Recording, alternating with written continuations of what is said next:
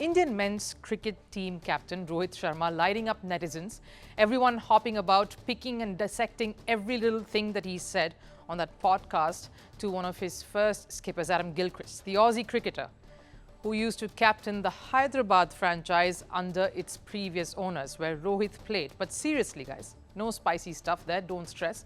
Rohit says he doesn't like the impact player rule, while others have said the same thing, in fact, right here. The impact batter is making a greater impact than an impact bowler. Asked about India's wicketkeeper for the World Cup, Rohit Sharma says he can try asking MS Dhoni, who's more interested in golf these days, but it'll be easier to convince Dinesh Karthik. Right when asked about India versus Pakistan, Rohit Sharma says he would love for India and Pakistan to play a bilateral series. And before you react and jump, he slips in the important bit at a neutral venue.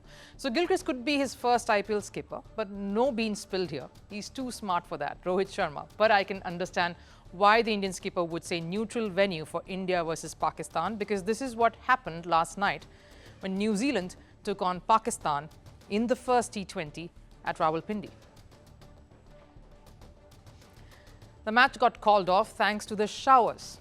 I guess that happens. PCB were quick to laud the efforts of the tirelessly hardworking groundsmen. And I've been to the grounds all over the world. That job, taking care of grounds, and especially when it rains, is thankless and very tough. But that's not the reason for the flack that they are facing now. The facilities at the ground were poor, and so poor that the entire seating area where fans were waiting for a very, very good contest was damp and soiled.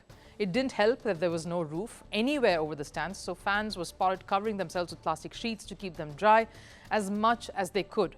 The chairs were made of cloth, so that made things a lot worse. Not the spectacle they were looking for and not the kind of experience that they wanted. They stormed the internet, calling PCB out for its shabby arrangements at all international games and criticizing the board for not really looking into the infrastructure of the stadium. Pakistan has been one of the biggest cricket playing countries for decades now, a country that at one point hosted matches, international matches, and has even hosted a World Cup. Clearly, the situation has worsened from back then. Post the international ban that came on after Sri Lankan men's cricket team touring Pakistan was attacked. You remember that. It was the year 2009. There was a massive lull in cricket in Pakistan right after, till PSL, or the Pakistan Super League, saw some of the international cricketers coming back in. That was about 6 years later. International cricket only fully returned to the country in all glory in 2020, but of course COVID put a pause button on most tours. But this series against New Zealand is crucial for the optics, for the world to see that it's all back to normal in Pakistan. An international cricket event will be conducted with no glitches, and it will be a success. I say optics because just last month, Pakistan board chairman Mohsin Naqvi announced that a tri-series was going to be hosted in the country finally. The tri-series between Pakistan, South Africa and New Zealand will be an exciting event, and it is after a long time that Pakistan will host such a tournament. Our avid cricket fans and the people of Pakistan will welcome the New Zealand team again. We hope to have yet another competitive series, which is a key part of our build-up to this year's ICC T20 World Cup. He speaks of Pakistan cricket fans welcoming the New Zealand cricket team, but do they feel welcome at their own stadium? But this tri-series involving New Zealand and South Africa that they've announced is basically in the lead-up, in fact, to the Champions Trophy that Pakistan is slated to and is pushing hard to host in 2025, that's next year. It is the country's first tournament involving 3 nations, this tri-series tournament, after a gap of 20 years.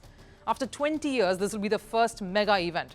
That will signal to the ICC that the country can get back to hosting mega events, especially an ICC event, something they did last in 1996. So this series here, the tri-series, was greenlit at an ICC meeting in Dubai. So a lot rides on this bilateral series now that's underway against New Zealand. If this one goes well, then that's an indication that the tri-series can go on as per plan. Of course, a lot depends on how that is conducted.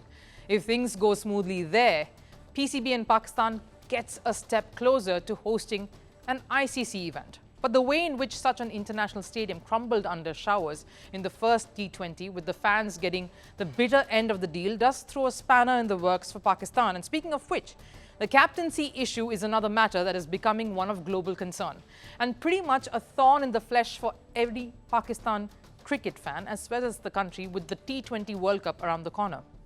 The drama is never ending. In fact, Babar Azam broke his silence on the raging issue of a rift between him and the former captain Shaheen Afridi, finally addressing the elephant in the room. I want to make clear that Shaheen and my bond is not recent. It goes back a long way. We support each other in every situation. Our aim is to put Pakistan first and how to get Pakistan's name up in the lights. We don't think of individual glory, and thankfully, those elements are not present in my team. He clears the air, saying Pakistan comes first, no matter what. And let's face it, egos amongst players. How many times have we seen that for years now across sporting teams, across countries? But like they say, bury that when you enter the ground. That's what Pakistan will hope for. So in many ways, this series against New Zealand is also a testing ground for the entire squad under Babar Azam once again after that horrific World Cup campaign.